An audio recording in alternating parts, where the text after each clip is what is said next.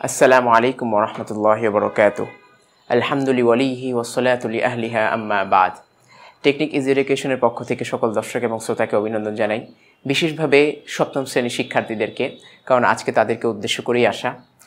তো তোমরা ইতিপূর্বেই জেনে থাকবা যে আমাদের ইসলাম ও নৈতিক শিক্ষার যে বইটা আমরা বুক রিভিউ এবং পর্ব প্রথম সেটা আপলোড করেছি। এমনইভাবে আমাদের এই চ্যানেলে অন্যান্য বিভিন্ন বইয়ের এবং সম্পূর্ণ তোমাদের পড়ালেখার সংশ্লিষ্ট যত বই আছে সেগুলোর একটা ধারাবাহিক বিবরণ বা বিস্তারিত আলোচনা নিয়ে আমরা কিন্তু বারবার আসতেছি সামনে। তো আশা করি এর দ্বারা তোমরা উপকৃত হচ্ছ, তো সামনে আরও উপকৃত হবা। তো আমাদের সাথে থাকবে, এটাই হচ্ছে আবেদন থাকবে। তো আজকে আমাদের আলোচনার বিষয়বস্তু হচ্ছে আল্লাহ তাআলার পরিচয় কেন্দ্রিক, তার যে গুণাবলী কেন্দ্রিক সে আলোচনা আর তথা আল আসমাউল হুসনা। তো চলো আমরা আর কথা না বাড়িয়ে আমরা আমাদের পর্ব বা আলোচনাটা শুরু করি। তো তোমরা দেখতে পাচ্ছ এখানে এই যে আল আসমাউল হুসনা, এই আলোচনাটা এখানে কিন্তু আসছে।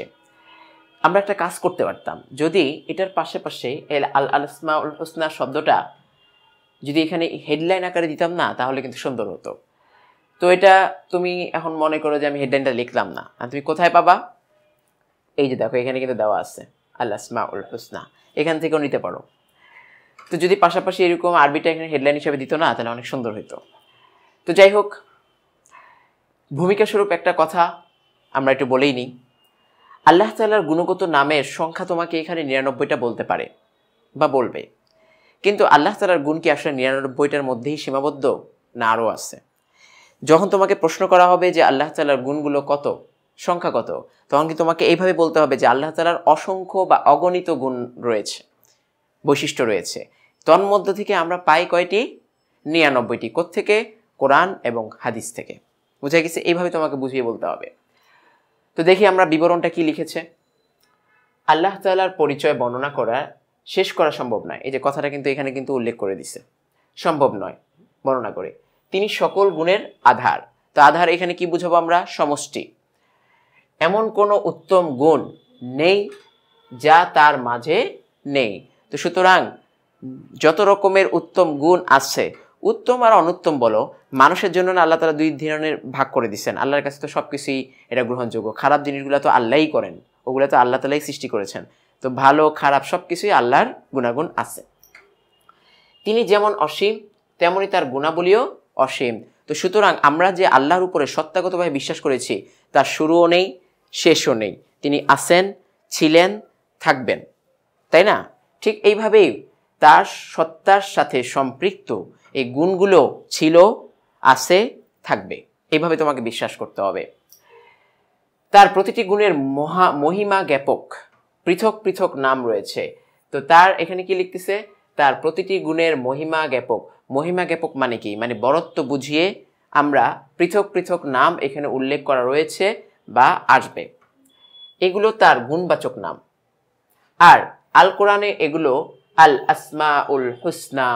এই যে আরবিতে, মানে আরবিটাকে বাংলায় উচ্চারণে লিখছে, যদি একটু সুন্দর করে আরবিটাও লিখে দিত তাহলে কিন্তু ভালো হইতো, তাই না? বা সুন্দরতম নামসমূহ বলে উল্লেখ করা হয়েছে।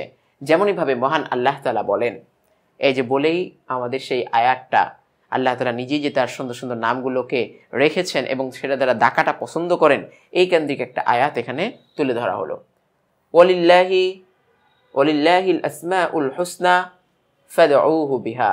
ওয়ালিল্লাহিল আসমাউল হুসনা ফাদউহু বিহা। অর্থ কি? অর্থ, আর আল্লাহর জন্য রয়েছে সুন্দর সুন্দর নাম। সুন্দর শব্দটা, বৈশিষ্ট্যটা দুইবার উল্লেখ করে বহুবচন বুঝানো হয়েছে। কাজেই তোমরা তাকে সে নাম ধরেই ডাকো। সূরা আল আরাফ আয়াত নাম্বার 180। আচ্ছা, তোমাদেরকে বলা হচ্ছে তোমরা সে নাম ধরে ডাকবা। কিভাবে? দেখো, এটার আমরা হয়তো বা শেষে কিছু উদাহরণ তোমাকে বলে দিব, বাকি আগে ব্যাখ্যাটা পড়ে নিই। আমরা আল্লাহর নামের মহিমা, পবিত্রতা ও প্রশংসা জ্ঞাপক ৯৯টি আসমাউল হুসনা বা গুণবাচক নামের কথা জানি। আসলে আল্লাহ তাআলার গুণবাচক নামের কোনো শেষ নেই। ভূমিকা স্বরূপ কিন্তু আমি কথাগুলো বলে ফেলছি। তবে তার এই ৯৯টি নাম বেশি প্রসিদ্ধ, কারণ কোরআন হাদিস থেকে পাওয়া যায়। আল কোরআনের বিভিন্ন স্থানে তার এইসব পবিত্র নামের কথা উল্লেখ রয়েছে, একসাথে তো তুমি আর 99টা পাবা না, ভিন্ন ভিন্ন জায়গায় কোথাও তোমার দেখা গেছে 2টা, কোথাও দেখা গেছে 10টা, কোথাও 5টা, এরকমভাবে নিয়ে আসছে আর কি। এসব নাম থেকে আমরা তার পরিচয় ও গুণাবলী সম্পর্কে জানতে পারি। যেমন তুমি সূরাতুল হাসরের শেষ 3 আয়াত তথা 21, 22, 23 ওই আয়াতগুলোর মধ্যে দেখবা প্রায় 15টা, একসাথে 15টা আল্লাহ তাআলার গুণবাচক নাম রয়েছে। আর সেখানে কিন্তু আল আসমাউল হুসনাটা কথাটাও লেখা আছে, তাই না? আচ্ছা, এই হচ্ছে আমাদের সংক্ষিপ্ত বিবরণ যে আসমাউল হুসনা আমরা কিভাবে পাই, বা আদৌ কি আল্লাহ তাআলা 99টা নামের মধ্যে সীমাবদ্ধ কিনা, না আরও কোনো প্রশংসা রয়েছে। এই হচ্ছে আমাদের আলোচনা। এখন দেখো কি বলতেছে তারা। আগের শ্রেণীতে আমরা আল্লাহর কয়েকটি গুণবাচক নামের পরিচয় জেনেছি, তো এখানেও তোমাকে কিছু আল্লাহ তাআলার গুণবাচক নাম সামনে উল্লেখ করা হবে, শিরোনাম কেন্দ্রিক ব্যাখ্যা দেওয়া হবে। ষষ্ঠ শ্রেণীতেও কিন্তু গিয়েছে কিছু কিছু, অল্প কম মানে কিছু সংখ্যক ব্যাখ্যা কিন্তু দিয়েছে। এখানে তারা একটু বিস্তারিত কিন্তু লেখার চেষ্টা করেছে, তা আমরা দেখব কি লিখেছে তারা। তারই ধারাবাহিকতায়, এখানে তারই না বলে শব্দটা এরই বলতো তাহলে সুন্দর হইতো। এরই ধারাবাহিকতায় এই শ্রেণীতে আমরা তার আরও কয়েকটি গুণবাচক নাম সম্পর্কে কিছুটা বিস্তারিত জানবো বা জানতে চেষ্টা করব। তাহলে শুরু করা যাক, চলো। কি লিখছে তারা। প্রথমে নিয়ে আসছে আল্লাহু খালিকুন। এখানে কিন্তু সুন্দরভাবে ঠিক এই কাজটা করলো, এক পাশে বাংলা শিরোনাম আর এক পাশে আরবি। এই জিনিসগুলো যদি প্রত্যেকটা শিরোনামের মধ্যে থাকতো না, তাহলে দেখতে সুন্দর লাগতো সাজানোটা। আচ্ছা, খালিকুন শব্দের অর্থ কি? এই যে এখানে লেখা আছে খালিকুন অর্থ সৃষ্টিকর্তা। আল্লাহ তাআলা সমস্ত মাখলুকের সৃষ্টিকর্তা, এজন্য তিনি আল খালিক নাম ধারণ করেন। দেখো দুইভাবেই কিন্তু ব্যবহার করছিল। আমরা কিন্তু ইতিপূর্বে বলেছি কিছু কিছু আরবি, মানে আরবি শব্দগুলো এমনভাবেই ব্যবহৃত হয়, যদি শব্দের শুরুতে আলিফ লাম আসে তাহলে শেষে এক পেশ আসে, আর যদি আলিফ লাম না আসে তাহলে শব্দের শেষে এই যে 2 পেশ আসবে। দুইভাবেই কিন্তু ব্যবহৃত হয়, অর্থ কিন্তু একই। তো এখানে আল খালিক লিখছে, এখানে কিন্তু খালিকুন লিখছে, এখানে আল আনেনি। তো আল খালিক নাম ধারণ করেন, এই নামটি খলকুন মূল ধাতু থেকে উদ্ভূত। খলকুন মূল ধাতু থেকে উদ্ভূত, এই শব্দটা থেকেই কিন্তু খালিকুন শব্দ নেওয়া হয়েছে। এটা একটা ক্রিয়া আর এটা একটা সর্বনাম। এই ব্যবহার তুমি সব জায়গায় দেখবা, মূল ধাতু থেকে বা ক্রিয়া থেকে একটা সর্বনাম ব্যবহার করা হয় সবসময়। যার অর্থ হচ্ছে উৎপাদন করা। এই যার অর্থ বলে কোনটার অর্থ বলতেছে? মূল ধাতুর অর্থ কিন্তু বলতেছে, খালিকুন না, মূল ধাতুর অর্থ উৎপাদন করা, তৈরি করা, সৃষ্টি করা। এই সৃষ্টি করা থেকেই হয়ে গেছে কি খালিকুন তথা সৃষ্টিকারী। খালিক তিনি যিনি কোনো পূর্ব নমুনা ব্যতি রেখে যখন ইচ্ছা সৃষ্টি করতে পারেন। এখানে একটা কথা আছে, যদিও তোমাদের খালিক শব্দটার অর্থ এখানে লিখছে, কিন্তু আসলে খালিক শব্দটার কিন্তু এই অর্থ না যে তিনি কোনো পূর্ব নমুনা ব্যতি রেখে যখন ইচ্ছা তিনি সৃষ্টি করতে পারেন। এটা আলাদা একটা আরবি আছে, এটা হচ্ছে আল বাদি বলা হয়। এটাও কিন্তু আল্লাহর একটা গুণ, বাদি অন। এই শব্দটার অর্থ কিন্তু আসলে পূর্ব নমুনা ব্যতি রেখে যখন ইচ্ছা সৃষ্টি করতে পারেন, এটা হয় না। তারপর ঠিক আছে, আমরা ব্যবহারিকভাবে মেনে নিলাম, যাও, যে ব্যবহারিক অর্থে আল্লাহ তাআলা যেহেতু কোনো পূর্ব নমুনা তার লাগে না, মডেল তৈরি করা লাগে না, তিনি বলেন যে হও, হয়ে যায়। তো সেখান থেকে তিনি তৈরি করছেন। আমরা ধরে নিলাম এটা বাদিয়া থেকে খলিকুন দ্বারা সেটাকে কনভার্ট করে আনা হয়েছে, ব্যাস। এই অর্থে আল্লাহ খালিক। আল্লাহর গুণাবলীর মধ্যে সৃষ্টিগুণ থাকা এক বিশেষ রহস্য। তো আল্লাহর গুণাবলীর মধ্যে সৃষ্টিগুণ থাকা একটা কি বিশেষ রহস্য বলতেছে। কিন্তু রহস্য কেন? তিনি অনস্তিত্ব থেকে অস্তিত্ব দেন বা সৃষ্টি করেন, এই ক্ষমতা একমাত্র তারই রয়েছে। এই যে ক্ষমতাটা, যার কোনো অস্তিত্ব কল্পনা করা যায় না বা ভাবা যায় না, নতুন একটা সৃষ্টি তিনি আনছেন, এই ক্ষমতা কিন্তু কোনো সৃষ্টিজীবের হয় না, শুধুমাত্র আল্লাহ তাআলারই হয়ে থাকে। মানুষ প্রথমে একটা কল্পনা আনে, তারপরে একটা মডেল আনে, সে মডেল থেকে একটা স্ট্রাকচার বানায়, একটা আকার আকৃতি তৈরি করে, সেটা প্রথমে যায়, ফেল থেকে বারবার সেটা চেষ্টা করে কিন্তু অস্তিত্ব আনে। কিন্তু আল্লাহ তাআলা এত কারিকুলাম দরকার হয় না, কোনো পরিকল্পনার কিছু নেই, আল্লাহ তাআলা বলছেন হয়ে গেছে, তিনি যেভাবে চাইছেন সেভাবে হয়েছে। এটাই হচ্ছে তার বিশেষ একটা সৃষ্টিগুণ।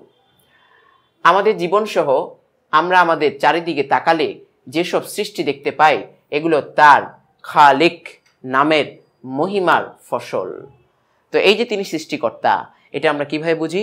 যখন আমরা চারদিকে তাকাই, গাছগাছালি, এই যে বিল্ডিং, মানুষ যে বসবাস করতেছে, প্রযুক্তি, যেটাই বলো না কেন, সব কিছু তার অস্তিত্বের বা সৃষ্টির একটা মূল ধারা বর্ণনা করে। আল্লাহর সকল সৃষ্টি অতি সুন্দর ও সুনিপুণ। সুন্দর তো বুঝলা, দেখো আল্লাহ তাআলা মানুষকে কত সুন্দর করে সৃষ্টি করেছেন, অন্যান্য কত প্রজাতি, তোমার আমার কাছে পাখিগুলো দেখো হরেক রকমের দৃশ্য, দেখতেও ভালো লাগে। সুনিপুণ মানে কি? তুমি দেখবা এই যে তোমার বইটাও পরীক্ষামূলক সংস্করণ এবার দিয়েছে, এখন দেখতেছে মানুষ এটা থেকে আসলে কোনো ফায়দা পায় কিনা বা এটার মধ্যে কোনো সমস্যা আছে কিনা, এগুলো আগে ধরা পড়ুক, আবার সেটাকে সংস্করণ করে ঠিক করবে। কিন্তু তুমি চিন্তা করো আল্লাহ তাআলার কি এমন সমস্যা হয়েছে যে প্রথমে তৈরি করছেন ভুলভাল হয়েছে, থাক এটা আবার সুন্দর করে তৈরি করি? না, এরকম না। এই সুনিপুণ মানে হচ্ছে যেটার মধ্যে কোনো ধরনের সমস্যা তৈরি হয় না, শুরু থেকেই সেটা সুন্দরভাবে ফুটে উঠে আসে এবং তার পরিপূর্ণতা নিয়ে আসে, এটাকে বলা হয় সুনিপুণ তৈরি বা সৃষ্টি। তার সৃষ্টিতে কোনো খুঁত বা ত্রুটি নেই। এখানে এক লাইনে ব্যাখ্যা করে দিল, খুঁত বা ত্রুটি নেই। তার সৃষ্টিজীবের মধ্যে মানুষকে তিনি সুন্দরতম অবয়বে সৃষ্টি করেছেন। চোখের জায়গায় চোখ, নাকের জায়গায় নাক, যেভাবে তিনি আল্লাহ তাআলা সৃষ্টি করেছেন, অন্যান্য সমস্ত সৃষ্টিজীবকে যদি তুমি সামনে রাখো আর মানুষকে এক পাশে রাখো, তাহলে মানুষকে আল্লাহ তাআলা সবচেয়ে সুন্দর আকৃতি দিয়ে সৃষ্টি করেছেন। এই জন্য মানুষের দায়িত্বটাও বেশি, আশরাফুল মাখলুকাত আল্লাহ তাআলা বলেছেন। এই হচ্ছে আমাদের খালিকুন সম্পর্কে আলোচনা। তো এই ব্যাপারে আমরা একটা দলিল সামনে উপস্থাপিত হবে, আমরা সেই দলিলটা নিয়ে আলোচনা করব। তো এখানে কি বলা হচ্ছে দেখো, মহাগ্রন্থ আল কোরআনে আল্লাহ তাআলা বলেন, আল্লাযী আহসানা কুল্লা শাইইন খালাকাহু ওয়া বাদাআ খালকাল ইনসানি মিন তিন। আমি যে বলছিলাম বাদি একটা শব্দ যেটা পূর্ব নমুনাবিহীন আল্লাহ তাআলা তৈরি করেন, এই শব্দের অর্থ এই যে এই বাদা থেকে কিন্তু বাদি অন শব্দ নেওয়া, কিন্তু এই জায়গায় তারা খলিকুন শব্দটা লাগিয়ে দিয়েছে যে খলকুন থেকে নেওয়া। আচ্ছা যাই হোক, তো এখানে অর্থ কি আসছে? অর্থ যিনি তার প্রত্যেকটি সৃষ্টিকে সুন্দরভাবে সৃজন করেছেন। তো সৃজন মানে কি? ওই সৃষ্টি, সমর্থবোধক শব্দ। এবং কাদামাটি থেকে মানব সৃষ্টির সূচনা করেছেন। সূচনা মানে কি? শুরু করা, প্রথম থেকে। এটা সূরা আস-সাজদা আয়াত নাম্বার 7। তো আল্লাহ তাআলা যে সৃষ্টি করেছেন, আবার এর মধ্যে যে মানুষকে আল্লাহ তাআলা সর্বোত্তম করে সুন্দর করে সৃষ্টি করেছেন, সেটার একটা ব্যাখ্যা এই আয়াত থেকে আমরা পাচ্ছি। জীবের সৃষ্টির উপাদান বা সৃষ্টি উপাদান ও মহান আল্লাহ তাআলার সৃষ্টির সক্ষমতা প্রসঙ্গে আল কোরআনে আরও বলা হয়েছে। এখানে আরেকটা আয়াতের অর্থ নিয়ে আসা হয়েছে যে আল্লাহ প্রত্যেক জীবকে পানি হতে সৃষ্টি করেছেন। এখন তাহলে বলো, একবার বললেন মাটি, একবার বললেন পানি, আসলে কাহিনী কি? কাহিনী হচ্ছে দুটোটার সংমিশ্রণ। কাদামাটি বলছে না, তো কাদামাটির মধ্যে পানির সংমিশ্রণ আছে না, এই জন্য। তাদের কতক পেটে ভর দিয়ে চলে, যেমন সাপ, তারপরে এই জাতীয় তোমার ওই যে জোক, কেঁচো, এগুলো আর কি, যেগুলো পেটে ভর দিয়ে চলে, যাদের পা নেই। কতক দু পায়ে ভর দিয়ে চলে, এর মধ্যে আমরা আছি মানুষ, মুরগি, আরও কতগুলো। এবং কতক চার পায়ে ভর দিয়ে চলে, এর মধ্যে তো অহরহ আছে, বিড়াল, কুকুর, যা যা আছে, হিংস্র প্রাণী যেগুলো, বাঘ, সিংহ ইত্যাদি। আল্লাহ যা ইচ্ছা সৃষ্টি করেন, নিশ্চয়ই আল্লাহ তাআলা সব কিছু করতেই সক্ষম। তো আল্লাহ তাআলা পা বিহীন চালাতেও সক্ষম, পা সহ চালাতে সক্ষম, দুই পায়ে চালাতে সক্ষম, চার পায়ে চালাতেও সক্ষম। এই কথাগুলো সূরা নূরের আয়াত নাম্বার 45-এ বলা হয়েছে। এর দ্বারা সৃষ্টির মহামহিম আল্লাহ তাআলা সৃষ্টিকর্তার প্রশংসা, পবিত্রতা এবং তার বড়ত্বই প্রকাশ পেয়ে থাকে। এবার শেষ পরিসংহার স্বরূপ কি কথা বলা হচ্ছে এটার দেখো, আমরা মহান আল্লাহর খালেক নামের এইসব তাৎপর্য উপলব্ধি করে তাকে এই নামে ডাকব। তাৎপর্য বলতে কি? মর্ম, ব্যাখ্যা, এগুলো বুঝে আমরা তাকে এই নামে ডাকব। যেমন ধরো তুমি একটা গবেষণা করতেছো, একটা নতুন জিনিস উদ্ভাবন করতে চেষ্টা করতেছো, তুমি বলতেছো আল্লাহ তুমি তো খালেক, তুমি সৃষ্টিকর্তা, তো তুমি আমাকে এই সৃষ্টির গুণটা দিয়ে দাও যাতে করে আমি একটা নতুন জিনিসের উদ্ভব ঘটাতে পারি।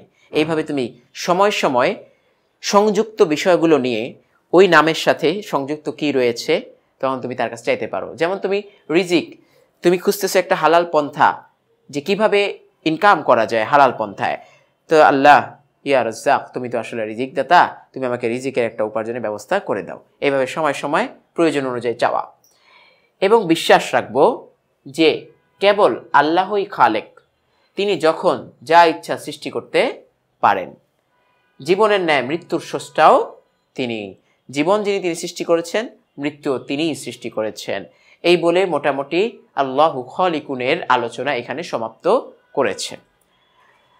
তো এখানে আমরা যতটুকু বুঝলাম যে খলেক নামটা নিয়ে যতটুকু আলোচনা হলো, খলেকের একটা যদি আমাদের তোমার আয়াত নিয়ে আসা হতো না, তাহলে কিন্তু সুন্দর হতো। তো এখানে খলেকের আয়াত না এনে ওটার সাথে সংশ্লিষ্ট বাদা দিয়ে বা বাদিয়ে ওনের কিন্তু একটা আলোচনা নিয়ে আসছে, নমুনাবিহীন সৃষ্টি করা।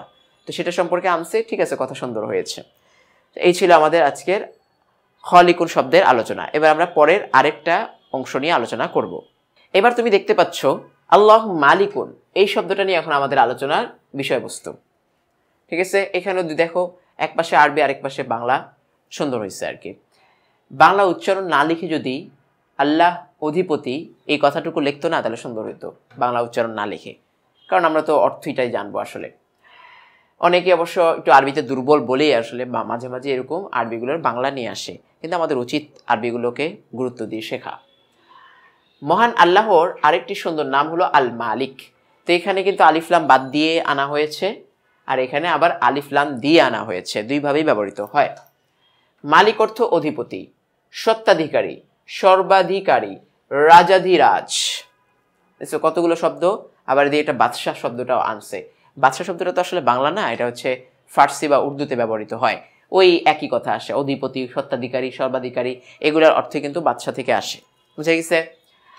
এখন আসো এই সত্ত্বাধিকারী বা সর্বাধিকারী, রাজাধিরাজ, এগুলা দিয়ে কি বুঝায়? এখানে বলা হচ্ছে এটি আল্লাহর এমন একটি গুণবাচক নাম যার মাঝে আসমাউল হোসনার অন্যান্য অনেক নামের মাহাত্ম্য বিদ্যমান। আসলে এই কথাটার অর্থটা কি? যিনি অধিপতি, ধরো আল্লাহ তাআলার নাম কি? আর রাজ্জাক, যিনি রিজিক দাতা। তো যিনি অধিপতি তিনি রিজিক দেন।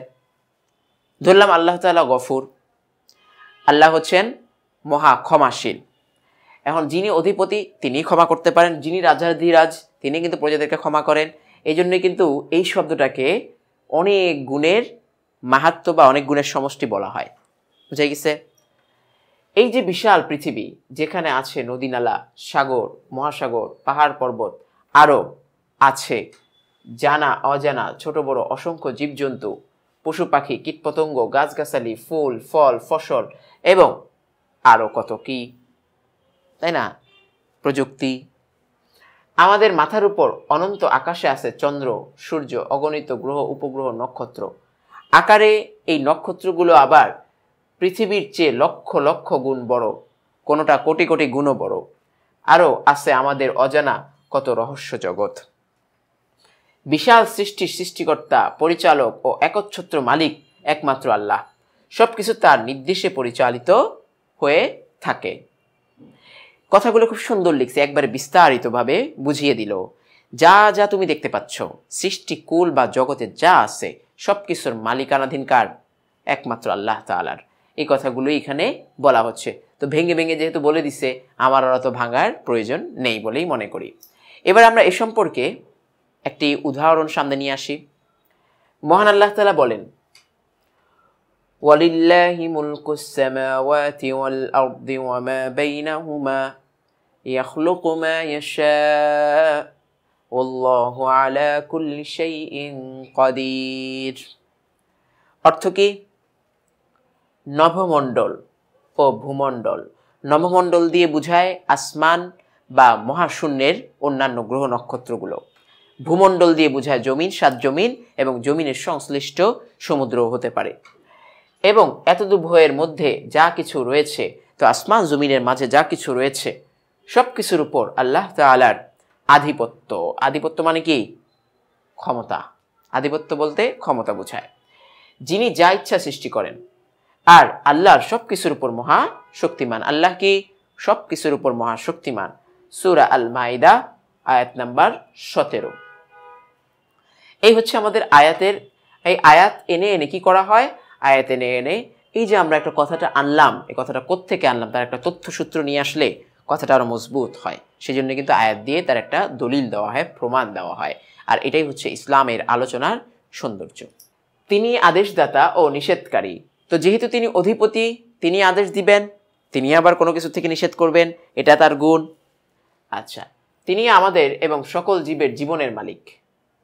তিনি মৃত্যু, কিয়ামত, আখিরাত, বিচার দিবস, জান্নাত ও জাহান্নামের মালিক বা অধিপতি। তো যেগুলো আমরা দেখতে পাই সেগুলো তো আছেই, যেগুলো আমরা দেখতে পাই না এই জান্নাত জাহান্নাম আখিরাত বিচার দিবস এগুলো সম্পর্কে আমরা শুধু শুনেছি, বিশ্বাস করি, দেখি তো নাই। সবকিছুর অধিপতি এক আল্লাহ তাআলা, সবকিছু তার কাছে আত্মসমর্পণ করে। আত্মসমর্পণ মানে কি? নিজের সবকিছু সঁপে দেওয়া, নিজের সবকিছু সঁপে দেওয়া। এক কথায় তিনি সবকিছুরই মালিক। ব্যাস, এক কথায় শেষ হয়ে গেল। এবার দেখো এখানে কি লিখতেছে, উপসংহার স্বরূপ কথা, আল্লাহু মালিকুন। এই কথার তাৎপর্য উপলব্ধি করে আমরা আল্লাহকে এই নামে ডাকবো। বুঝতে পারছেন? তো কোনো একজন মানুষ, ধর তার একটা বিল্ডিং আছে, সেইভাবে বলতে পারে, আল্লাহ তুমিই তো মালিক, তুমি আমাকে ছোটখাটো একটা মালিকানা দিয়েছ, তোমার মতো মালিক তো হওয়া আমার পক্ষে সম্ভব নয়, কিন্তু যেগুলো আমার কিছুই কাজে আসবে না, তুমি আমাকেও অন্তত পক্ষে তোমার গফুর নামে ওসিলায় কি করো, ক্ষমা করো।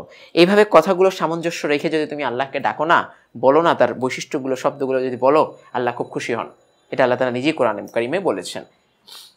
তাহলে আল্লাহর উপর আমাদের ঈমান আরও দৃঢ় হবে। কারণ যখন এই শব্দটা আমরা বলবো, এই শব্দটার একটা ভারিত্ব আমাদের অন্তরে বসবে। সকল সম্পদ ও ক্ষমতার মালিক যেহেতু মহান আল্লাহ, তাই দুনিয়াতে আমরা এইসব নিয়ে কখনোই বড়াই করব না। ওই মোনাজাতের মাধ্যমে বা কথার মাধ্যমে বলে দিলাম যে একসময় আমার এটা থাকবে না, নিঃশ্বাসটা শেষ, পুরো বাড়িটাই পড়ে থাকবে, আর আমার দেহখানি মাটির নিচে চলে যাবে। বরং আল্লাহর কৃতজ্ঞতা প্রকাশ করব যে আল্লাহ আমি যোগ্য ছিলাম না, তবুও তুমি আমাকে এটা দিয়েছ। এইভাবে আল্লাহর কাছে চাওয়া উচিত। তো মালিক সম্পর্কে আমাদের আলোচনা এখানে হয়ে গেল। এবার আমরা পরবর্তী আরেকটা সিফাত নিয়ে আলোচনা করব। এবার দেখো আল্লাহু গফুরুন, এই যে শব্দটা লিখলো আল্লাহু গফুরুন। গফুরুন শব্দের অর্থ হলো ক্ষমাশীল। কি শব্দ? ক্ষমাশীল, অত্যন্ত ক্ষমাকারী। অত্যন্ত শব্দ দিয়ে বোঝানো হচ্ছে কি, যে তিনি সবচেয়ে বেশি ক্ষমা করেন। এখন আসেন, ক্ষমাশীল কিন্তু তুমি আমিও হতে পারি। তোমার আমার সাথে কেউ একজন এটা অন্যায় করেছে, অথবা তোমার আমার একটা অধিকার ক্ষুণ্ণ করেছে, দয়া করে মায়া করে দিলাম ক্ষমা করে, ক্ষমার গুণ আছে।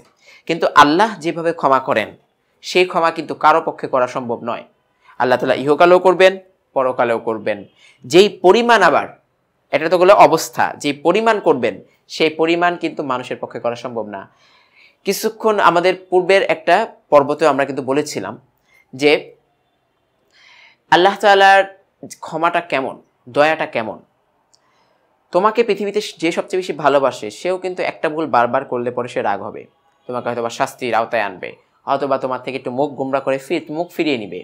কিন্তু আল্লাহ দেখো এতটা গফুর, এতটা রহমান, এতটা রহিম, এত ক্ষমাশীল, যে তিনি আমরা বারবার অপরাধ করার পরেও কিন্তু আমাদের উপর রাগ হচ্ছেন, আমাদেরকে আযাব দিচ্ছেন না, সুযোগ দিচ্ছেন বারবার। এই জন্য কিন্তু তিনি অত্যন্ত ক্ষমাকারী বা অতি ক্ষমাশীল। তো পরম শব্দটা দিয়ে ওই অতি বা অত্যন্তই বোঝানো হয়, ক্ষমাশীল ইত্যাদি। তাই আল্লাহু গফুরুন কথাটির অর্থ হলো আল্লাহ তাআলা পরম ক্ষমাশীল। আল গফুর অর্থ বা আল গফুর আল্লাহ তাআলার একটি পবিত্র নাম। আল গফুর আল্লাহ তাআলার একটি পবিত্র নাম। মানুষের ক্ষেত্রে আমরা গফির শব্দটা ব্যবহার করতে পারি, কিন্তু গফুর শব্দটা একমাত্র আল্লাহর পক্ষেই ব্যবহৃত হয়। এই নামের বরকতে তিনি পাপীর পাপ মোচন করে দেন।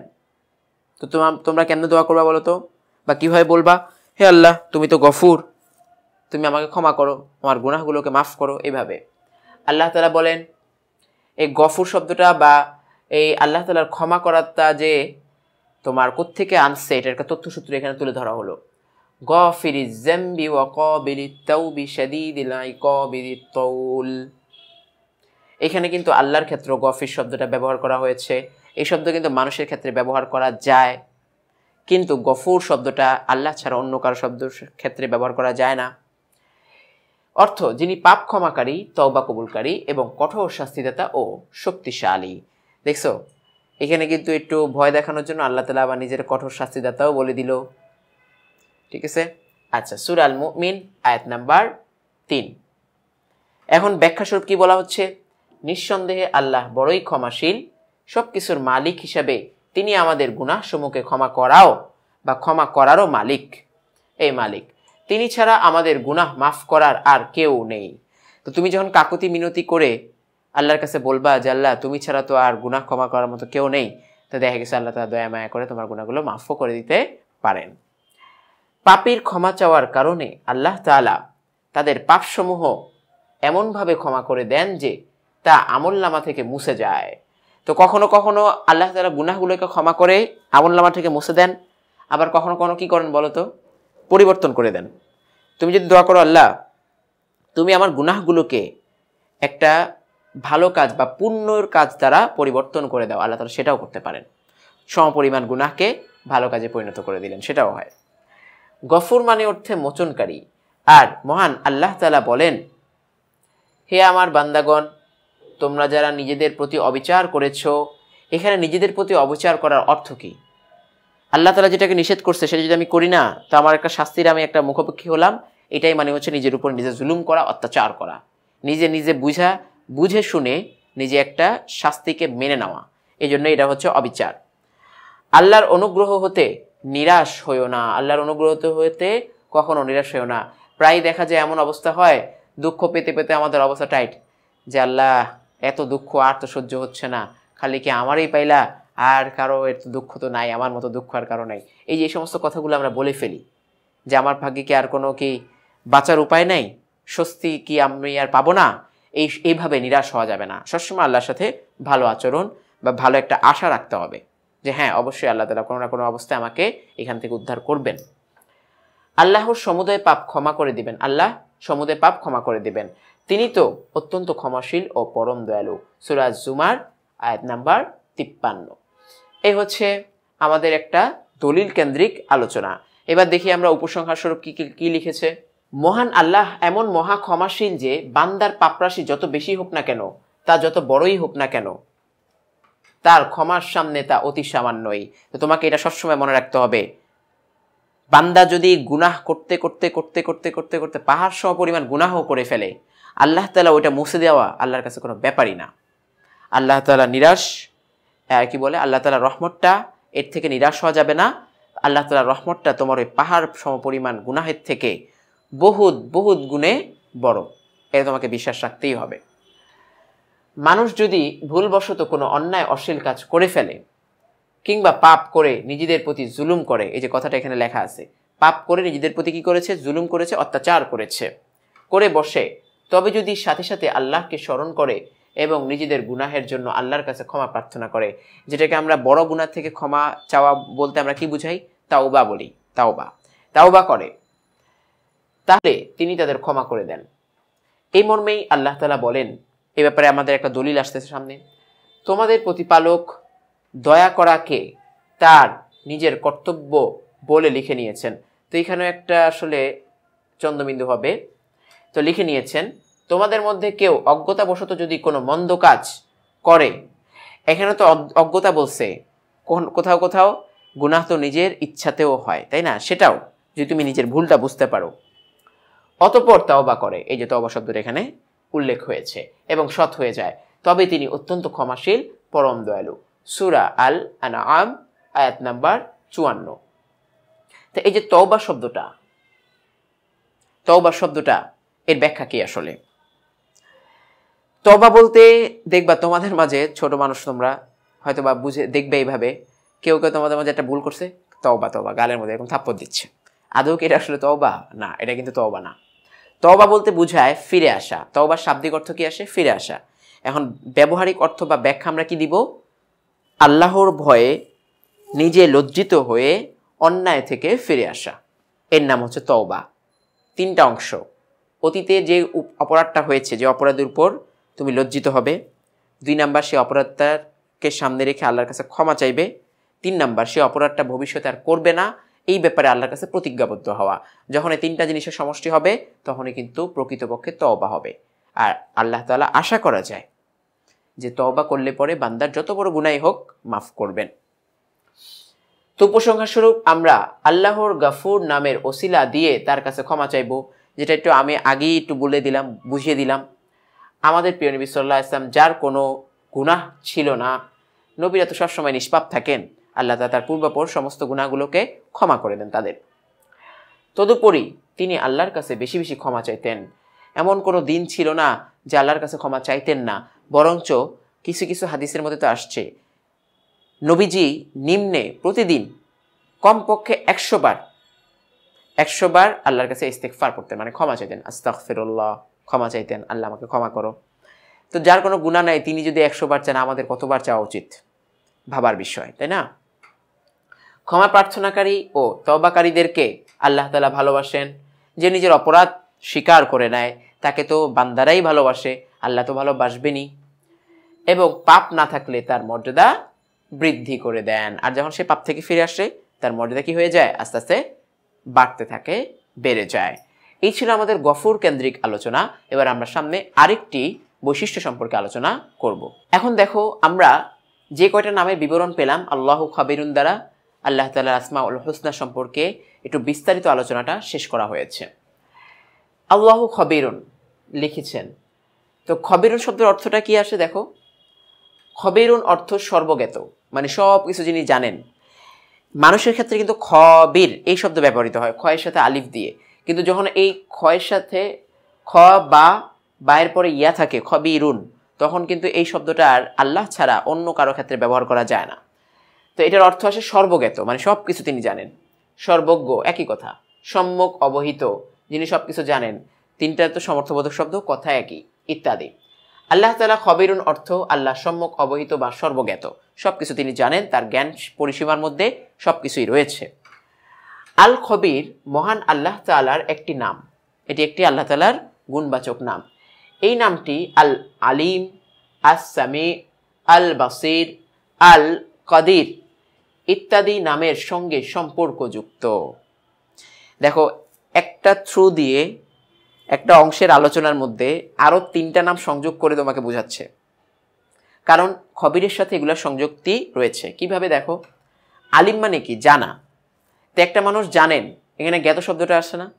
জানা মানে কি? ওই জ্ঞাত, সর্বজ্ঞাত, এই জন্য তাকে আল আলিমও বলা হয়। আস সামি মানে কি? শ্রবণ করা। আর যিনি জানেন তিনি কিন্তু শ্রবণ করেই জেনে থাকেন। এদিকে কি লিখছে? আল বাসির। আল বাসির অর্থ কি? যিনি সর্বদ্রষ্টা, সব কিছু দেখেন। তো একটা মানুষ জানেন কিভাবে? যখন দেখছেন তখনই তো জানেন। এই পঞ্চ ইন্দ্রিয় বলা হয়, এগুলো কিন্তু সব সংশ্লিষ্ট। জ্ঞান, তারপরে যা এই শোনা, বলা, দেখা, এগুলো সব সংশ্লিষ্ট। তো আল কাদির, কাদির শব্দের অর্থ কি আসে? সামর্থ্যবান। যিনি সব কিছু জানেন তিনি তো কি করেন? ওই জানার কারণেই কিন্তু ক্ষমতাটা রাখেন। তো কদির মানে কি? শক্তিশালী বা তিনি সামর্থ্যবান, এই শব্দটা হয়। তো আল্লাহ তাআলা সব কিছুর খবর রাখেন। মহান আল্লাহ তাআলা বলেন, তো এই খবরটা যে কোরআন থেকে নেওয়া হয়েছে, এটা একটা দলিল সামনে আমাদের উপস্থাপিত হলো। ইন্নাল্লাহা আলিমুন খবীর পেয়ে গেলাম আমরা। আচ্ছা, অর্থ কি? নিশ্চয়ই আল্লাহ তাআলা সব কিছু জানেন, সমস্ত খবর রাখেন, এই হচ্ছে অর্থ। সূরা আল হুজুরাত আয়াত নাম্বার 13। তো তোমাদের পরীক্ষার মধ্যে যদি চায় খবীরুন সম্পর্কে আলোচনা করো, তখন কিন্তু তোমার এই যে কোনো একটা গুণ সম্পর্কে আলোচনা করতে বললেই তখন কিন্তু তোমাকে একটা তথ্যসূত্র আনতে হবে, তাহলে কথাটা মজবুত হবে, সুন্দর হবে, সাজানোটা গোছানোটা হবে। বুঝা গেছে? আচ্ছা, গেল। এবার উপসংহার স্বরূপ যা ব্যাখ্যা স্বরূপ কি বলে সেটা আমরা একটু দেখি। মহান আল্লাহ তাআলা সকল বিষয়ের উপর ক্ষমতাবান। এমন কোনো বিষয় নেই যে বিষয়ের উপর আল্লাহ তাআলার ক্ষমতা থাকে না। তিনি সব কিছু জানেন, তার জ্ঞানে সব কিছুই বেষ্টন করে রাখে, তার জ্ঞানে সব কিছুই বেষ্টন করে রাখে। তার জ্ঞানে না লিখে এখানে আমরা এটা বাদ দিব, তাহলে কথাটা সুন্দর হবে, যে তার জ্ঞান সব কিছুই বেষ্টন করে রাখে বা রাখা। তার জ্ঞান থেকে কোনো স্থান, কাল, কোনো কিছুই বাদ পড়ে না। এ সম্পর্কে আমরা বলেছিলাম যে আল্লাহ তাআলা জানা বা দেখা, অবশ্য শোনা, সব কিছুর কি আছে? একটা পরিসীমা বিহীন আছে, যেটার কোনো সীমা নেই। কিন্তু মানুষের সব কিছুর মধ্যে একটা কি থাকে? সীমাবদ্ধতা থাকে। এই সীমাবদ্ধতা আল্লাহ তাআলার মধ্যে থাকে না। যেখানে যা কিছুই ঘটে না কেন, কিছুই তার অজ্ঞাতে ঘটে না। পৃথিবীতে যা কিছু ঘটতেছে, পৃথিবীর বাইরেও যদি আমরা যাই, মহাশূন্যে অথবা বিভিন্ন ধরনের এই নক্ষত্র বা গ্রহ, সেখানে যা কিছু ঘটতেছে, উল্কাপিণ্ড ছুটে আসতেছে, এগুলো সব সম্পর্কে আল্লাহ তাআলা জানেন। তার জ্ঞান সর্বব্যাপী, এমনকি সরিষার কোনা পরিমাণও যদি কোনো বস্তু পাথরের ভেতর বা আকাশে কিংবা ভূগর্ভে থাকে, তবে তিনি তারও খবর রাখেন। এ কথা বলতে গিয়ে আমি প্রায় উদাহরণস্বরূপ বলি, গর্তের পিপিলিকা থেকে সমুদ্রের তলদেশে ছোট্ট একটা ব্যাকটেরিয়ার চলাফেরা, তার খাবার পৌঁছে দেওয়া, এই দায়িত্বটাও আল্লাহ তাআলার কাছে।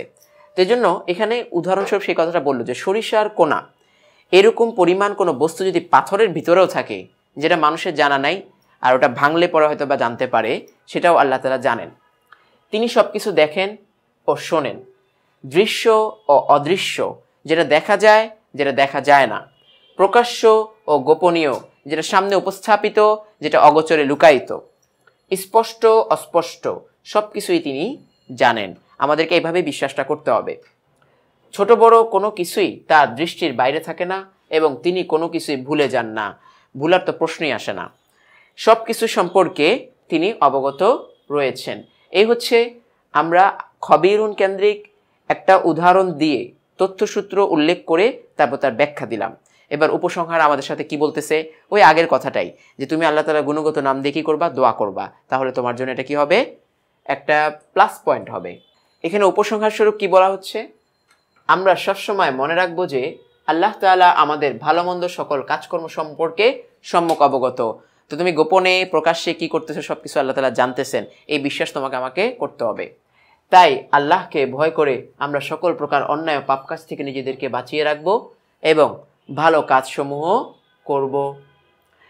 তো সর্বোপরি আল্লাহ তাআলা যেমন মহান, তার নামগুলো তেমনই মহান, অতি পবিত্র, গৌরবান্বিত।